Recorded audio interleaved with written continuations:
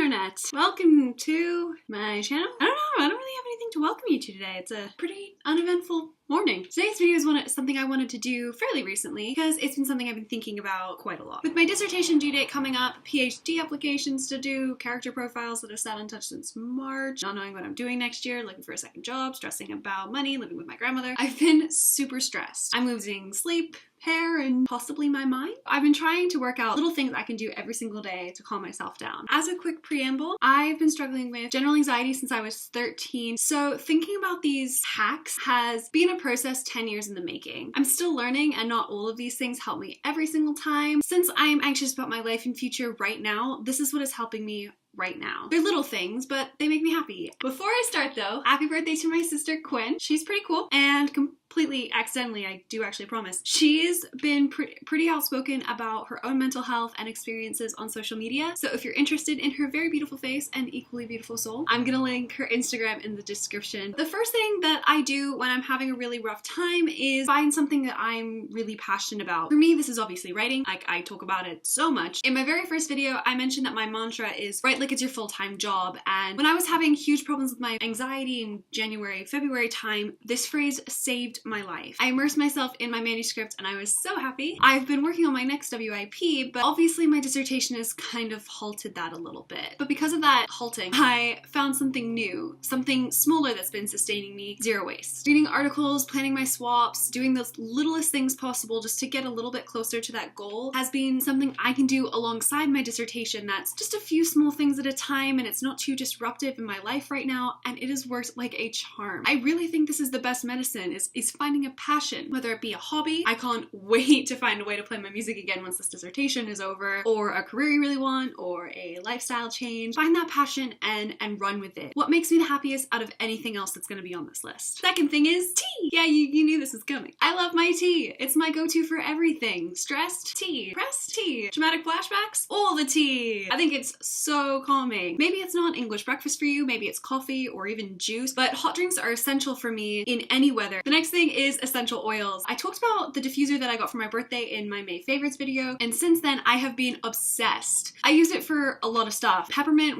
to avoid taking my inhaler, lavender for migraines, tea tree, lemon, and eucalyptus to avoid hay fever tablets when it's mild. I do know when doctors are necessary. I've spent my entire life taking way too many pills and I really hate it. If this can help even to an extent and it smells really nice, it can be a win-win. But anyway, so lavender is almost like a one-size-fits-all oil and it's really good for anxiety. I use it when I'm having trouble sleeping, and keeping something lavender scented around while I'm having problems. For example, my mom made me this anxiety spray, which is essentially just like a lavender perfume. I don't know how much you believe in the power of essential oils. I don't even know myself sometimes, but there's something about things that smell nice that are just really relaxing no matter what they are. So I'm gonna kind of combine entertainment because a lot of this is stuff I've talked about in other videos and I don't want to dwell too much on it. So starting with TV, Merlin has been a long time go-to. In periods of depression, I rewatch the whole thing start to finish. Recently, while I've been really stressed out, I've been watching selective episodes of Brooklyn Nine-Nine because it never fails to make me laugh. I love it so much, and honestly, it's been a real saving grace these past few weeks. In the movies department, this actually changes a lot. Obviously, Perks, Phineas and Ferb the movie is a huge go-to. My childhood favorites, Matilda, the 1999 version of Annie, and Madeline are also pretty big staples. There's always like that one movie that sort of rotates out, because right now it's the 2015 version of Cinderella. It's such a pretty movie with such a beautiful score, and there's something so hopeful and happy about it. It's really good for a bad day. Moving on to music, because music I think is probably one of the biggest emotional experience. I actually have an entire anxiety playlist. I made a post on Tumblr about the songs on my anxiety playlist a few months ago, and it's still the same right now, mostly show tunes. I like music I can sing along to when I'm upset, but it's likely the specifics of the playlist will shift in the next few months. I've been really bored with my music, so I might move some things around, and hey, the anxiety playlist might change, but there are a few songs: Hushabye Mountain from Chitty Chitty Bang Bang, You Will Be Found from Dear Evan Hansen, I'll Try from Peter Pan 2, which are my most consistent anxiety songs. I also want to say that something that really helps me is getting my flute out and playing along with the playlist. I did this randomly like last year since I hadn't played the flute in a while and was having a really bad day, and it was amazing. It really helped me. I was really surprised. More specifically in the music department though, Crazy Ex-Girlfriend Boyfriend and The Lonely Island. I mentioned that I like singing along with songs that I know the words to, but I love that those songs are silly and I don't have to worry about how I sound singing them because they're not meant to be taken seriously. I've also been known to put them on Spotify and dance around in the garden. It's really cathartic. Even just singing in the shower has been the world's biggest help. And showers, God, when I was a kid, I hated showers because of how cold you get when you walked out of them. But right now, it's like best thing in the whole wide world. And sometimes while it's still steaming up, I put a few lavender drops in there. It only really smells like lavender for like the first half of the shower. That's usually when you need to relax the most, and it's great. I know a lot of people are aromatherapy baths people, and those are good too, but I don't like how quickly the water runs cold, and so I tend to do it a lot less often. Plus, showering is like a mini massage of just hot water. Something that's actual advice is start something you can finish right now. I love DIYs, so little craft things are honestly amazing for me. So like, for example, I built a desk a few weeks ago. My nan conveniently forgot to tell me about the electric screwdriver, so I did it all by hand, but for the entire day, I built something, and I felt really accomplished when I finished it. I created the symbols for the Sun the Soldier graphics. I can turn a shirt into a bag, make birthday presents for my friends, and do little things that you know you can finish in a few hours because that gives you a sense of accomplishment. And I know it is just little things, but every little bit helps. I really don't want to talk about exercise very much, but like technically it does help with depression. I'm not advocating like actual exercise here because that's not what this list is about. I'm talking about little things. I mean, if going for a run makes you feel better, go for it, but I have asthma. You know, just things you can do really quickly. At home yoga, if that's your thing. You might even want to go outside and dance like an idiot to a comedy rap group. But just getting up and moving rather than just lying down on the sofa for a few hours, it's something. Pamper yourself. I love doing stuff like this. I'm really bad at it. There's something about painting my nails, plucking my eyebrows that's just so relaxing. If the day is really bad, I'll do like super glam makeup, like YouTube tutorial-esque makeup. Feels awesome. It's not something I'll post, it's just something I feel good in. Other things like face masks are good too. If you've got a partner or someone who wants to give you a massage, that would be great as well. Just pamper yourself, make yourself feel nice. Last thing is find yourself. I know this sounds so cheesy and it's definitely not a quick fix by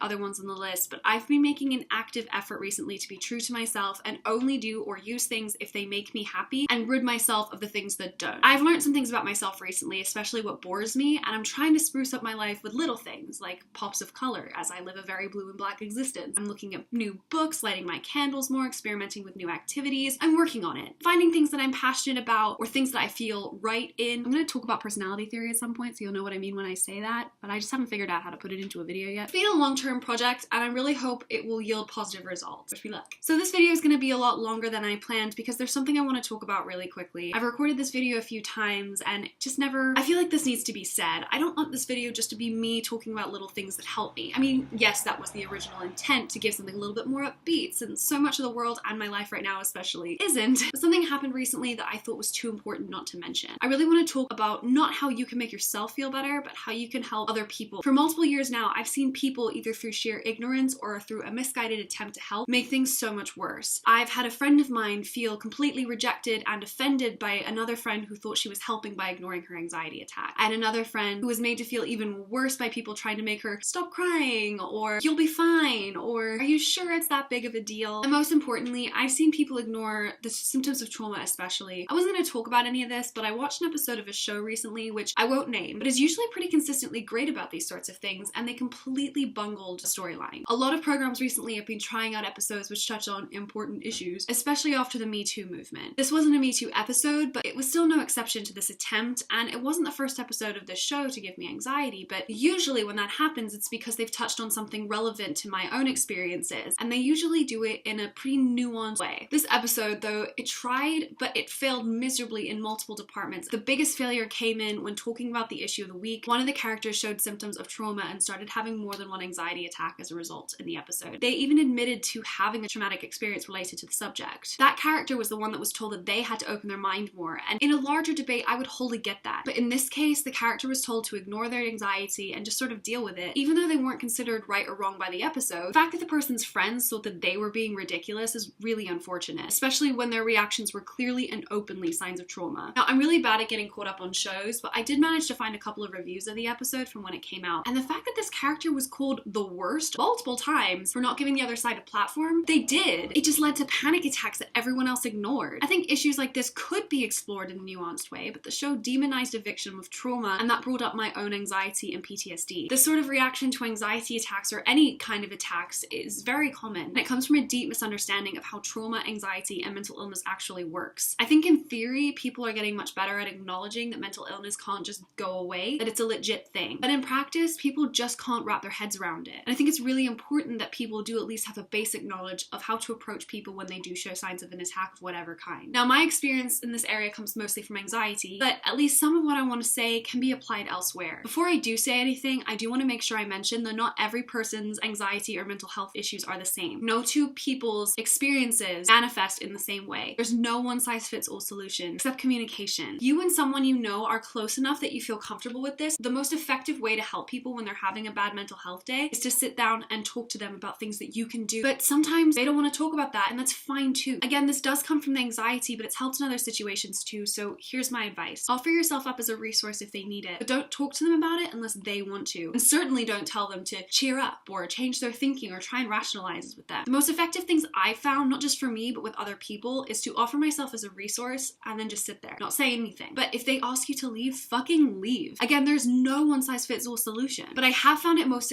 effective in my own experience. I really want to just say this because I think knowing how to talk to someone in a respectful way is far more important than you think it is. And I'm sorry for getting super #deep with you guys, but these things are really important to me. I love being happy and I truly stand by my little hacks. I think they're super fun, but I also think it's important to look at the bigger picture because sometimes, as much as I wish it would, being happy just doesn't fix things. And if you do need help, please get help. Look out for yourselves and your own health, guys. You deserve it. I really hope some of this helped, whether they be my super fun hacks or general advice. I'm really bad at ending videos, like really bad at it. Ending on a serious note has made it so much worse. Oh my god. I love you guys. Stay true to yourself always, and I want everybody to be not just as happy, but as healthy as they can possibly be. If you want to talk about anything I talked about today or just talk in general, please do not hesitate to contact me. I put my social media in the description as usual, so please don't hesitate to reach out. Please, of course, also like this video and subscribe to my channel. I'll do my best to be as open and honest with you guys going forward as well. Thank you so much for watching, and I'll see you next week. Bye.